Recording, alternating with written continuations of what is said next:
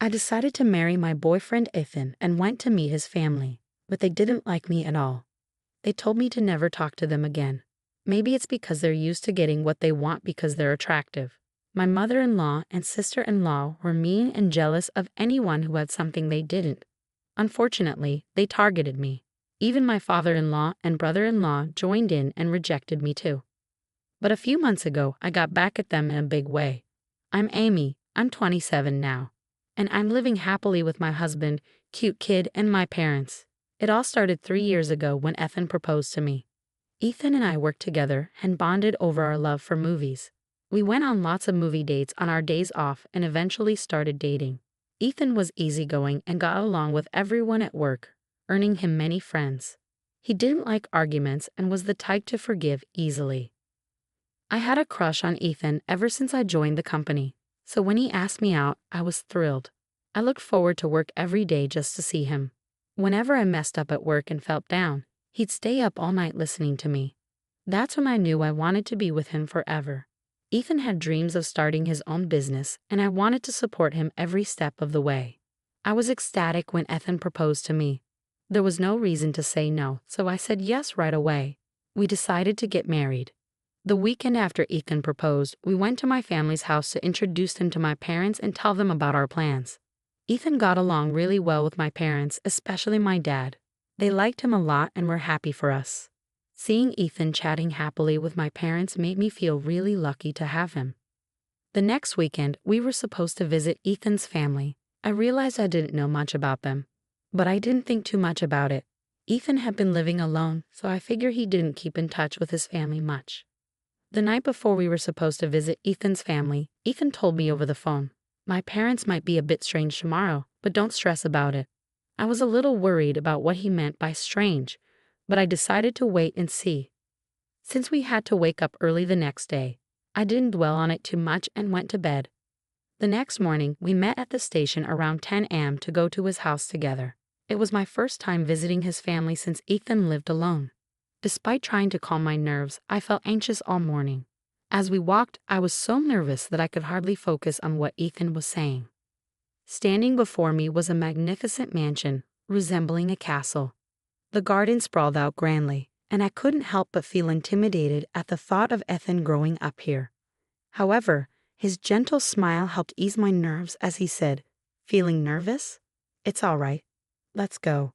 As soon as the front door opened, my mother-in-law greeted me warmly, saying, "You've come such a long way. You must be tired. Come in quickly." She was slender, impeccably dressed, with perfectly styled hair. Her expensive attire was flawless. Inside, I was greeted by my father-in-law, brother-in-law, sister-in-law, and their children. Thankfully, everyone except my mother-in-law welcomed me with smiles, which put me at ease. I was warmly embraced, took a seat on the sofa, enjoyed dinner while chatting with everyone, and announced our engagement.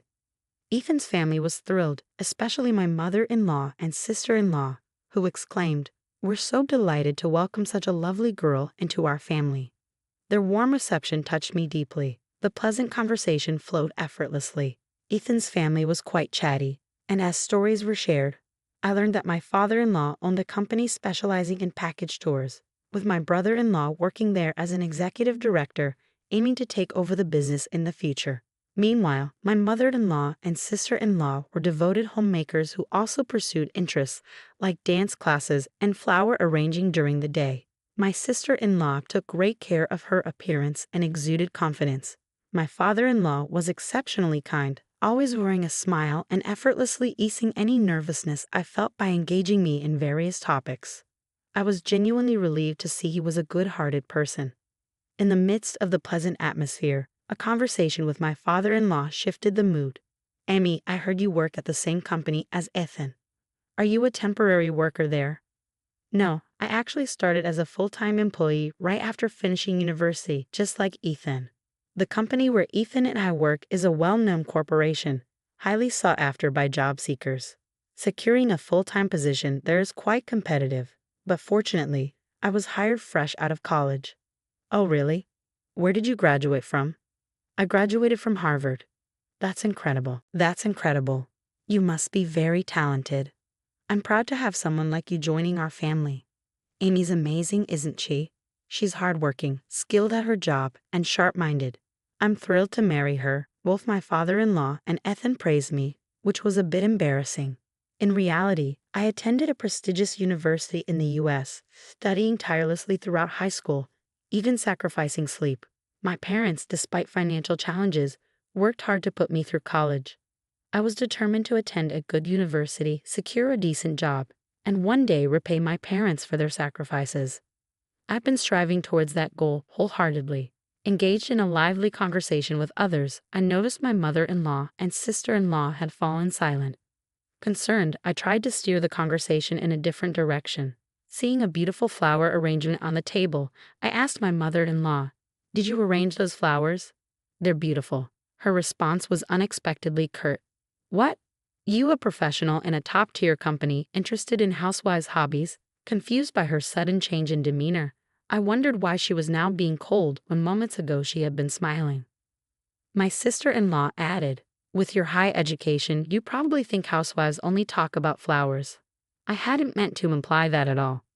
Feeling overwhelmed and unsure of how to respond, tears threatened to surface. Ethan intervened. "Hey, both of you, cut it out. Amy doesn't look down on anyone." His words were comforting, but I couldn't find the words to apologize or defend myself. So I remained silent, keeping my head down. Looking around, I noticed my father-in-law, who had been drinking since noon, snoring loudly and passed out on the sofa. My brother-in-law seemed bored, yawning and scrolling through his phone, creating a tense atmosphere in the room. When Ethan suggested it was time to leave, I felt relieved to escape the uncomfortable situation. On our way back to the station, Ethan apologized, saying, "I'm sorry about today. My mom and sister have a lot of pride, especially when it comes to their high school education." According to Ethan, my mother-in-law had worked at a flower shop right after high school, where my father-in-law had fallen in love with her at first sight. She was undeniably beautiful, attracting many customers to the shop just to see her. After persistent pursuit, they started dating and eventually got married. Even now, it seems my father-in-law is still smitten with my mother-in-law, always doing whatever she asks. My sister-in-law was also stunning. She and my brother-in-law had been classmates in high school and reconnected at a reunion in their early 20s. Seeing her beauty, my brother-in-law fell head over heels, and after persistent efforts, they ended up together. Like my father-in-law, my brother-in-law seemed to follow his wife's lead. Despite my higher education, I couldn't understand why they felt insecure. They were both beautiful women with caring husbands who always looked out for them. Yet, I couldn't shake off a lingering sense of unease and doubt about marriage. Nevertheless, with approval from both families, we began planning our wedding. Although some uneasiness lingered, I believed that open communication would help us understand each other better. "Don't worry. I'll always support you, Amy," Ethan reassured me, helping me stay positive. After nearly 6 months of meticulous preparation, just a day before our wedding, Ethan's phone rang. It was his mother. After a brief conversation, Ethan's shocked expression hinted at something unexpected. "What? Why? We can't just change it." "Hold on," he said before the call abruptly ended. When I asked what happened, I awaited his response anxiously. Ethan stunned me with his revelation. "My parents, they just informed me that they won't be able to attend the wedding tomorrow." "What? What do you mean?" I was utterly shocked and anxiously pressed Ethan for more details. According to him, it appeared that his parents had forgotten about a trip they had planned for the same day as the wedding and couldn't make it. I couldn't believe it. My future in-laws were backing out of the wedding at the last minute. We stood there, bewildered, struggling to comprehend why this was happening. Despite numerous attempts, we couldn't reach his parents for an explanation. Desperate for answers, we rushed to their house, only to find it dark and deserted, with no signs of anyone being home. I expressed my concern to Ethan. "When I visited your family the other day, I couldn't shake the feeling that I might have upset your mother and sister." Things felt tense towards the end.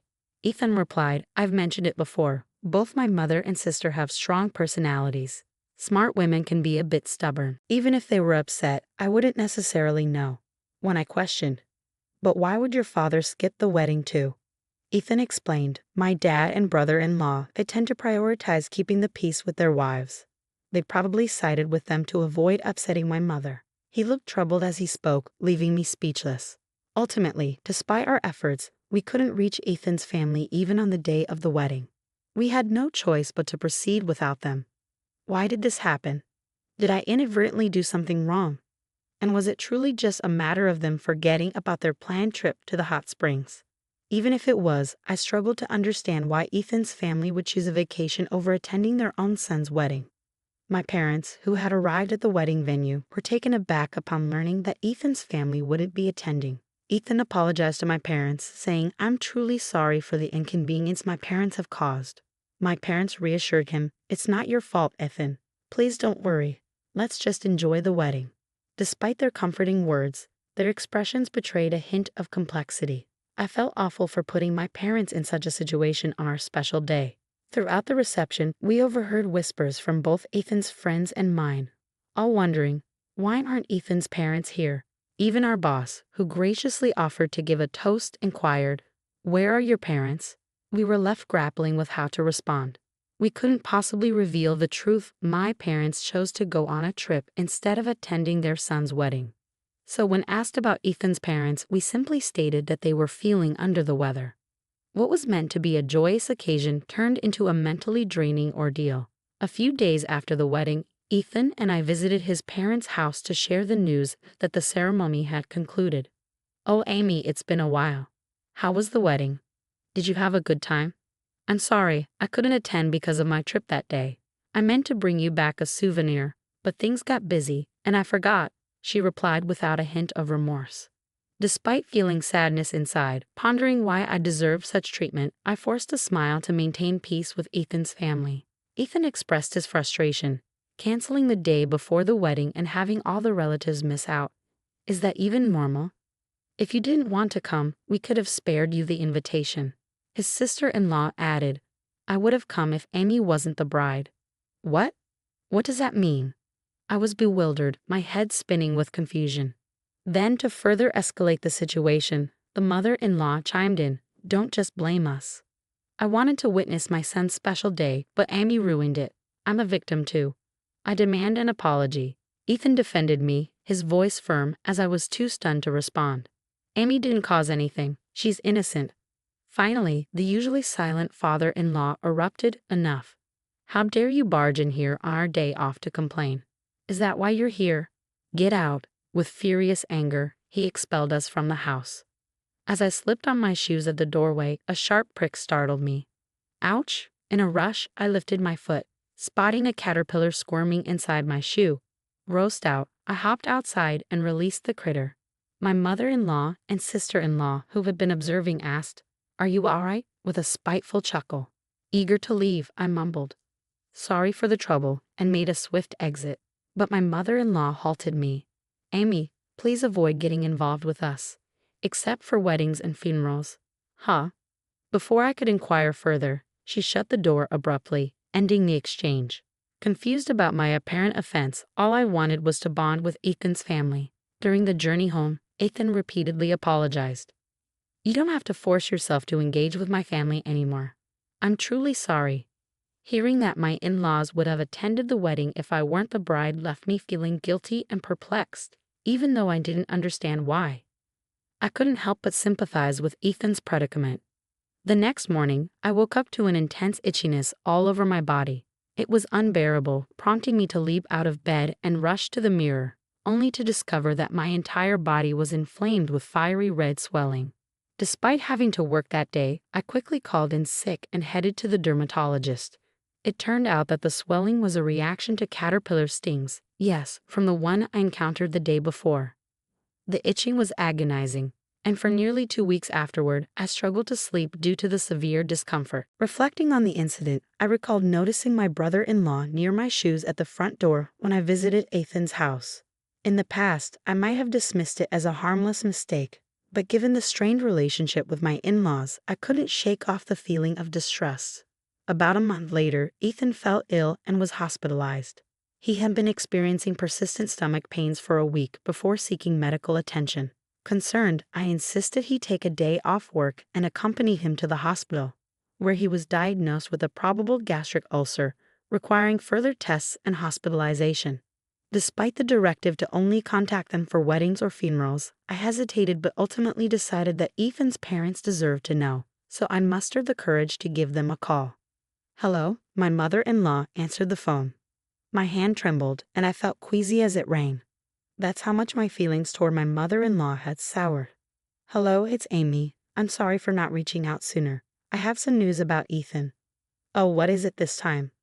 Her dismissive tone grated on me. "Ethan's been hospitalized. They suspect a gastric ulcer and are running tests." "Ah, a gastric ulcer? Probably from overwork. Don't bother me with trivial matters."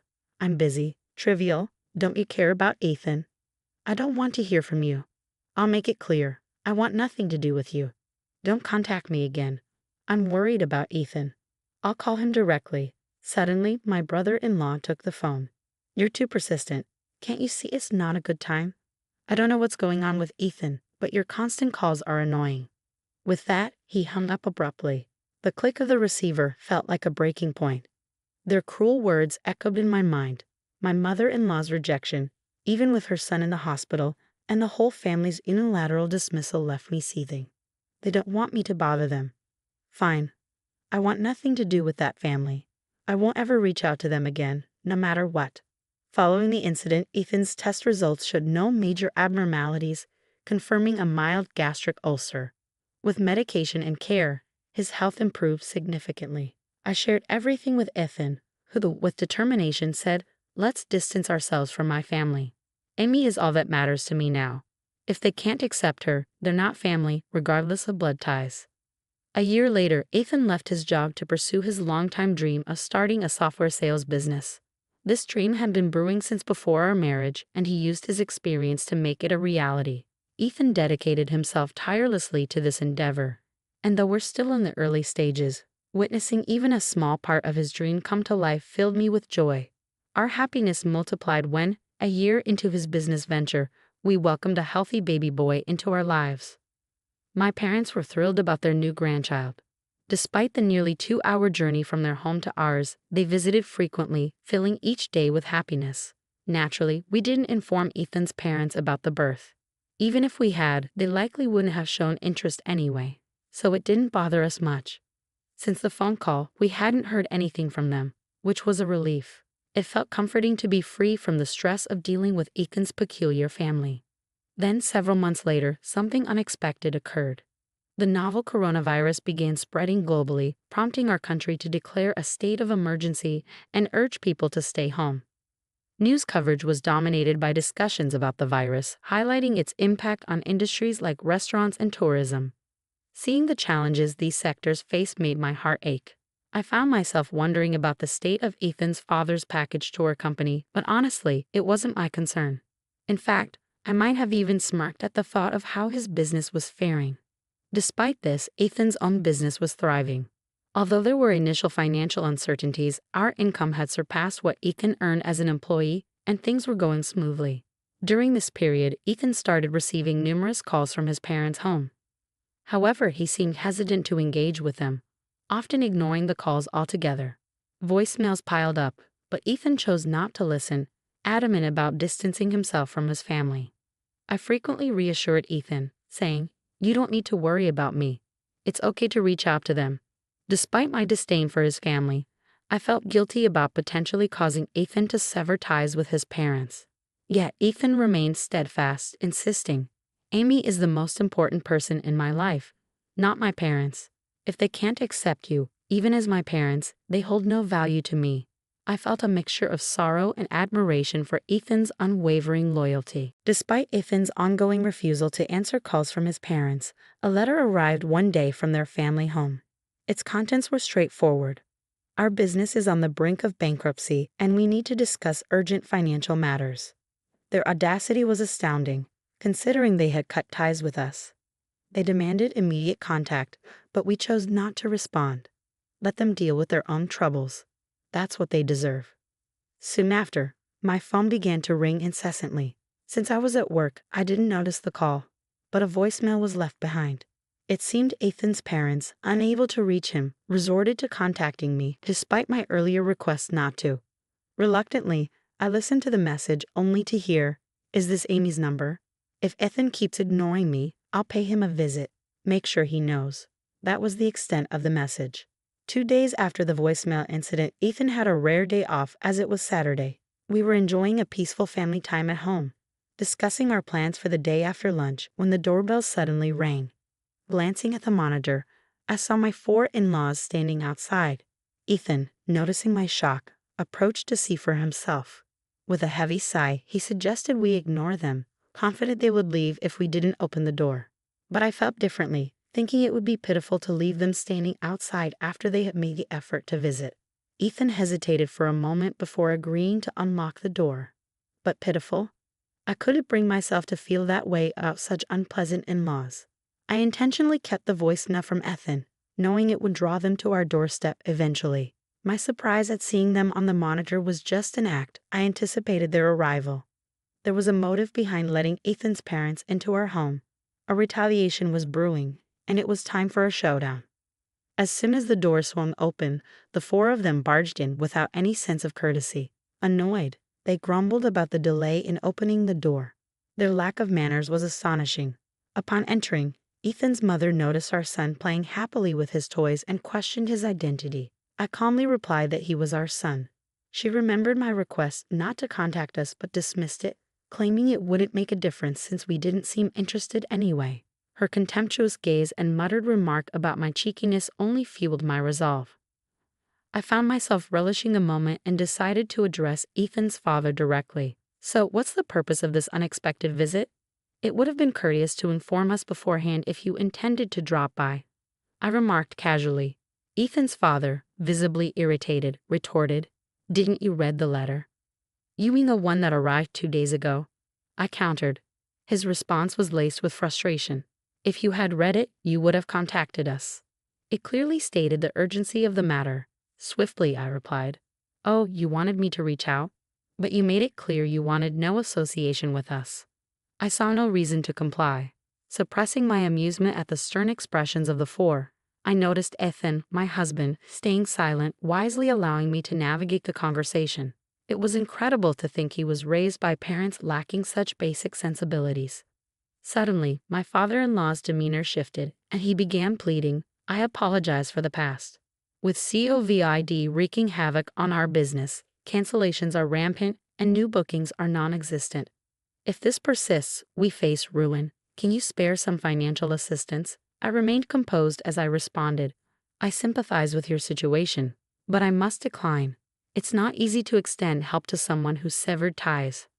However, genuine remorse might sway my decision. Enraged, my father-in-law erupted, attempting intimidation with a furious glare. Unfazed, I stood my ground, resolved to handle things my way. I made no demands. The choice was theirs. "You're welcome to leave if you'd like," I offered calmly. My father-in-law's frustration began to boil over, and he started pleading. "Please, I'm sorry. Help us out." Ignoring his pleas, I maintained my composure. Eventually, he instructed the others to apologize as well, and soon all 4 of them were begging. With a smile, I politely declined, saying, "No, thank you."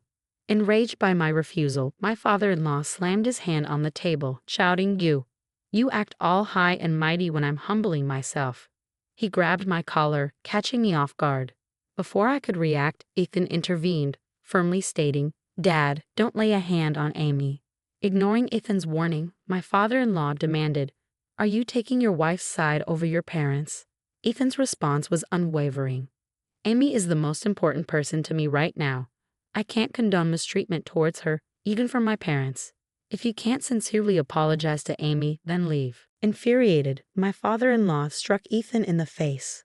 Amidst the chaos, I attempted to reason with him, but his anger only intensified. He began kicking Ethan while he was down, prompting me to intervene. As I tried to restrain my father-in-law, he pushed me aside, causing me to collide with the table's edge. Pain shot through my head as I realized I was bleeding. In a panic, I shouted for help, hoping someone passing by would hear. The other 3, frozen in shock, watched as my father-in-law continued to rampage, demanding money. Desperate, I opened the balcony window and cried out for assistance, fearing for our safety. 5 minutes later, the police arrived on the scene. My father-in-law's demeanor quickly shifted, attempting to downplay the situation by claiming it was all a misunderstanding. He even went as far as to accuse me of being drunk and shouting nonsensical things. I wasted no time in explaining to the officer the truth of what had occurred, urging them to take action against my father-in-law for assaulting both my husband and me and causing property damage by ransacking our home. In a sudden outburst, my father-in-law denied any wrongdoing and lashed out, punching a hole in the wall. His actions led to his immediate arrest, with the other three also taken in for questioning. My father-in-law was subsequently held in jail for some time. While my husband suffered only minor injuries, I required 10 stitches for the wound on the back of my head, leaving me with a sense of guilt for inadvertently putting him in harm's way. It later became apparent that my in-laws had been manipulated by jealousy, with my mother-in-law and sister-in-law instructing my father-in-law and brother-in-law to treat me coldly. Unable to resist their influence, they followed orders, leading to the series of events that unfolded. The incident with the caterpillar in my shoe was likely orchestrated by my brother-in-law, encouraged by my sister-in-law's envy. Jealousy has the power to drastically alter lives, and its consequences can be unforeseeable. The aftermath of their actions served as a stark reminder of the destructive nature of envy and the lengths some will go to in its grip. As expected, my in-laws faced financial ruin. Their business went under, and they lost their home, now residing in a modest apartment. With my father-in-law and mother-in-law nearing 70, finding employment is challenging. My brother-in-law, who coasted through life relying on his father's position, now struggles to secure steady work and is relegated to a part-time job at a convenience store. Meanwhile, my sister-in-law, lacking career prospects and plagued by a selfish nature, finds it difficult to hold down any job, leaving her mostly confined to their home. Following the incident, my father retired, prompting a decision for my parents and us to live together. Surprisingly, it was Ethan who suggested this arrangement, concerned about my parents' well-being in their senior years. With my parents caring for our son during the day, I've been able to return to work, feeling secure in balancing childcare and my career. Life with my loving husband, supportive parents, and cherished son is truly fulfilling. I am committed to never forgetting the gratitude I feel for this happiness.